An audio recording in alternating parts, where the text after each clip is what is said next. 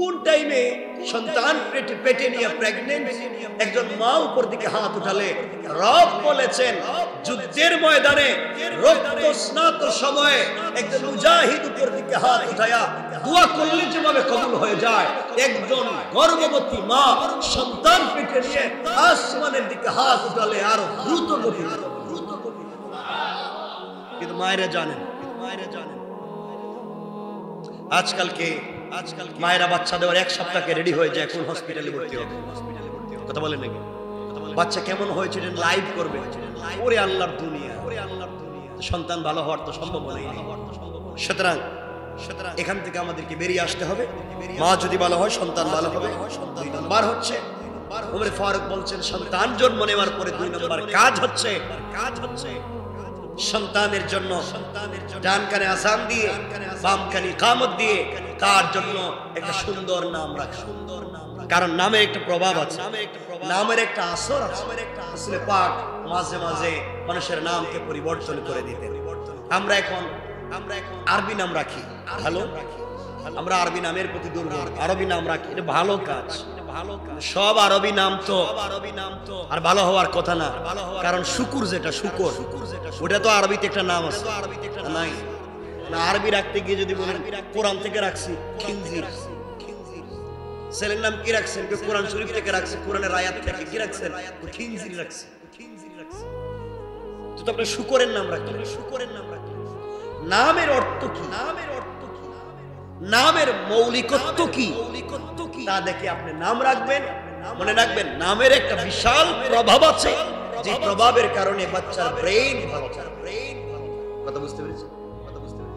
আরেকটা কথা আমি সম্পূর্ণ আগে বলে দেওয়ার কথা ছিল, সন্তান যখন পেটে আসে মা বাপ যদি ভালো মানুষ হয়, সুশিক্ষিত হয় দ্বীনি শিক্ষায়, তাহলে জানবে যে রাসূলের সুন্নাহ হচ্ছে কি মাকে খাওয়ালে সন্তান সুন্দর হবে, কি আমল করলে সন্তানের ব্রেইন ভালো হবে, কি আমল করলে একটা সন্তান সুস্থ হবে, কি আমল করলে একটা সন্তান পেটে থাকতে কোরআন ওয়ালা থাকতে রাসূল হাদিসে বলেছেন।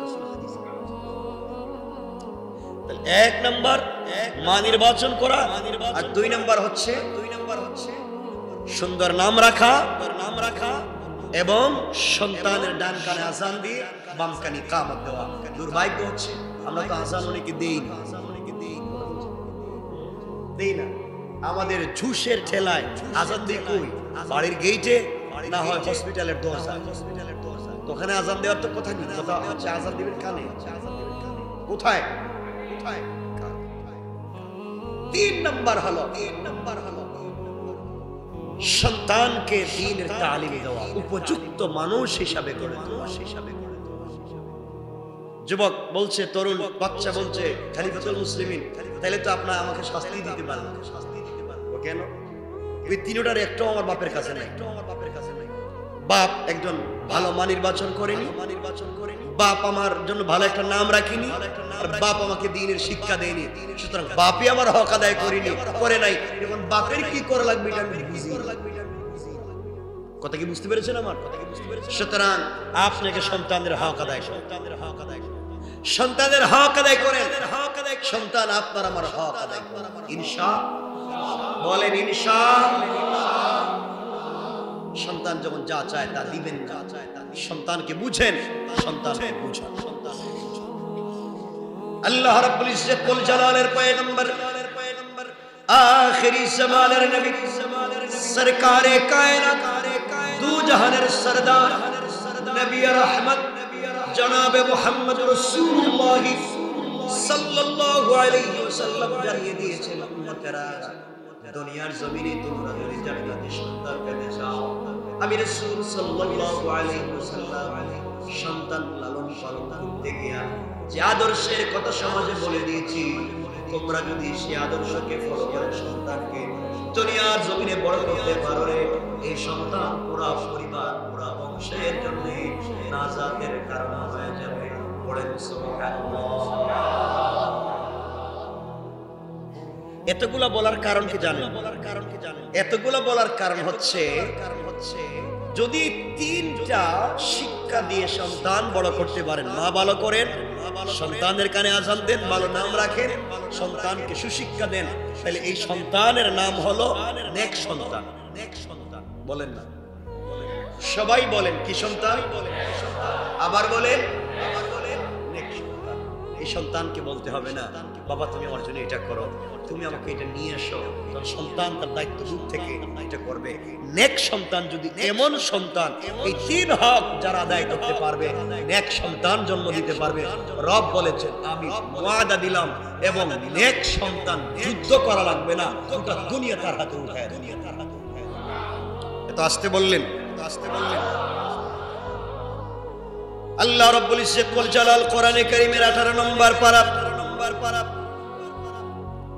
সূরা নূরের 55 নম্বর আয়াত থেকে আল্লাহ রাব্বুল ইজ্জত ওয়াল জালাল ঘোষণা করে দিয়েছেন। আমি যে আয়াত পড়েছি আল্লাহ বললেন ওয়া'দাল্লাহুল্লাযীনা আমানু মিনকুম ওয়া আমিলুস সালিহাতি লায়াস্তাখলিফান্নাহুম ফিল আরদি কামা ইসতাখলাফাল্লাযীনা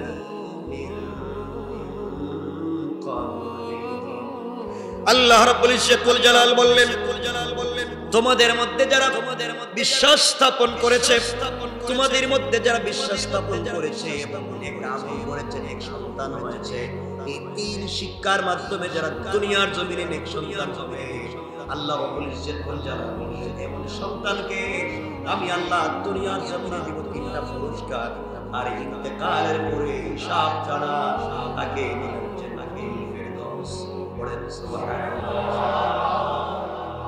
তাহলে আমাদের জিন্দেগীর পর আর প্রতিজ্ঞা, আমাদের জিন্দেগীর টার্গেট জান্নাতুল ফেরদৌস কিনা?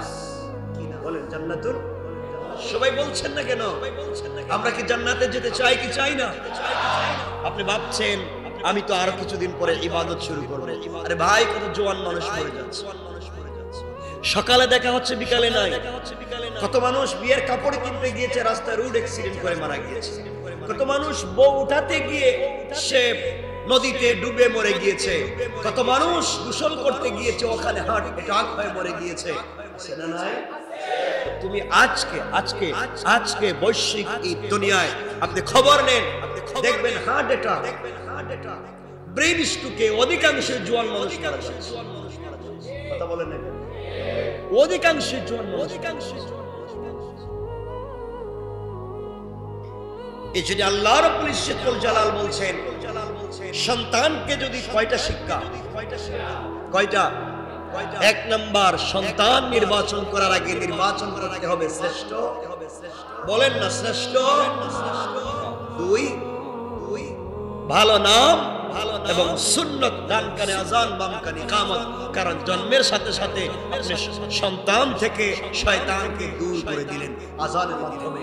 কারণ আপনারা জেনে থাকবেন শয়তান কখন দৌড়বে, কথা বলেন।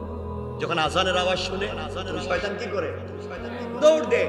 আপনি যখন সন্তানের এক কানে আযান দিলেন আর এক কানে ইকামত দিলেন, এই সন্তান থেকে শয়তানও দূরে সরে গেল। সুবহানাল্লাহ বলেন। এরপরে সন্তানকে দ্বীনের তালিম দিবেন। এই তিন শিক্ষা যদি দিতে পারেন, আল্লাহ রাব্বুল ইজ্জত ওয়াল জালাল বলছেন আমি ওয়াদা দিয়েছি, আল্লাহ তাদেরকে ওয়াদা দিয়েছেন তাদেরকে অবশ্যই এই পৃথিবীতে শাসন কর্তৃত্ব দান করবেন। সুবহানাল্লাহ বললেন না? যেমন তিনি শাসন কর্তৃত্ব দান করেছেন তাদের পূর্ববর্তীকে আজিজুল কারনাইন, পূর্ববর্তীকে হযরত সুলাইমান আলাইহিস সালাতু ওয়াস সালাম গোটা দুনিয়ার বাদশা ছিলেন, নাকি ছিলেন না? হযরত সুলাইমানের রাজ সিংহাসন, সংসদ ভবন কোথায় ছিল? বলেন, বাইতুল মুকাদ্দাস। কোথায় ছিল? আমরা দেখবো কোথা নিয়ে আসবো ইনশাআল্লাহ। বাইতুল মুকাদ্দাস। সুলাইমান আলাইহিস সালাতু ওয়াস সালাম বাইতুল মুকাদ্দাস থেকে গোটা দুনিয়া শাসন করেছেন। সুবহানাল্লাহ বলেন। আমরা তখতে সুলাইমানি বলতে যা চিনি, এর অবস্থান ছিল বাইতুল মুকাদ্দাস। সুতরাং এখান থেকে হযরত সুলাইমান আলাইহিস সালাম গোটা দুনিয়া রাজত্ব করেছেন। আল্লাহ বলছেন তোমরা যদি তিন কাজ করে সন্তানকে নেক শিক্ষা দিয়ে উপযুক্ত করতে পারো, আমি তোমাদেরকে শাসন কর্তৃত্ব দান করব, যেভাবে তোমাদের আগের লোকদেরকে দিয়েছিলাম। আগের লোকদেরকে বাইতুল মুকাদ্দাস থেকে গোটা দুনিয়া শাসনের সুযোগ দিয়েছিলেন, আমরাও যদি সন্তানদেরকে তৈরি করতে পারি, আল্লাহ ইঙ্গিত করতে চান আমি আবারও বাইতুল মুকাদ্দাস থেকে গোটা দুনিয়াকে শাসন করার সুযোগ করে দেব ইনশাআল্লাহ বলেন। কিন্তু আমরা সেখান থেকে দূরে চলে যাচ্ছি। আমরা সেই সিস্টেম থেকে, সেই দিন থেকে, সেই আদর্শ থেকে, সেই কৌশল থেকে, দিন শিক্ষা দেয়া থেকে দূরে চলে যাচ্ছি। শুধু মায়ের খাচ্ছি, শুধু মায়ের। আমি কি কথা বোঝাতে পারতেছি? আল্লাহ বলছেন এক পথের কথা, আপনি চলছেন আরেক। সুতরাং আল্লাহ বলছেন আমি তোমাদেরকে শাসন কর্তৃত্ব দান করব। এই কথা বললে আল্লাহ যদি থেমে যেতেন তাহলে আমরা একটা কথা বুঝতাম। তিনি বলছেন যেভাবে তোমাদের আগেকার তোমাদের আকাবিরদেরকে গোটা দুনিয়ার রাজত্ব দিয়েছি, তোমাদেরকে এভাবেই দিব। আমাদের আগেকার আকাবির সুলাইমান আলাইহিস সালামকে গোটা দুনিয়ার রাজত্ব দিয়েছিলেন, আর তার সংসদ ছিল বাইতুল মুকাদ্দাস। সুবহানাল্লাহ বললেন না? আল্লাহ বুঝাতে চান আমি আবার দিতে পারি। কি পারি? কথা বলছেন না কেন? ওয়াদা করছেন কে? সবাই বলেন। আপনাদের কি বিশ্বাস হয় যে আল্লাহর ওয়াদা মিথ্যা হবে? কথা বলেন। আল্লাহর ওয়াদা সত্য।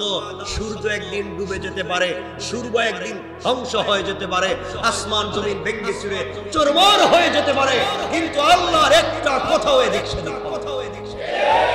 সুতরাং রব বলেছেন আমি দিব, কিন্তু দেওয়ার শর্ত একটাই, নেক আমল দিয়ে সন্তানকে উপযুক্ত মা দিয়ে উপযুক্ত পিতার মাধ্যমে সুসন্তান তৈরি করে নেক আমল শিক্ষা দাও, তার হাতে আমি দিতে চাই।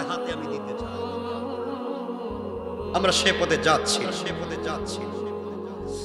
এরপর আল্লাহ বলছেন এক নাম্বার পুরস্কার, পুরা দুনিয়ার ক্ষমতা দিবেন। কি দিবেন? আসতে বললেন পুরা দুনিয়ার। কিসের? পুরা দুনিয়ার, যেখান থেকে সূর্য উঠে আর যেখানে গিয়ে সূর্য ডুবে, আল্লাহ বলছেন পুরা দুনিয়ার ক্ষমতা দেবে। জোরে বলেন না। শুধু ঢাকা শহরের, শুধু বাংলাদেশের, একবারে দুনিয়া, পুরা দুনিয়ার ক্ষমতা দিবেন একজন মুসলমানের কাছে।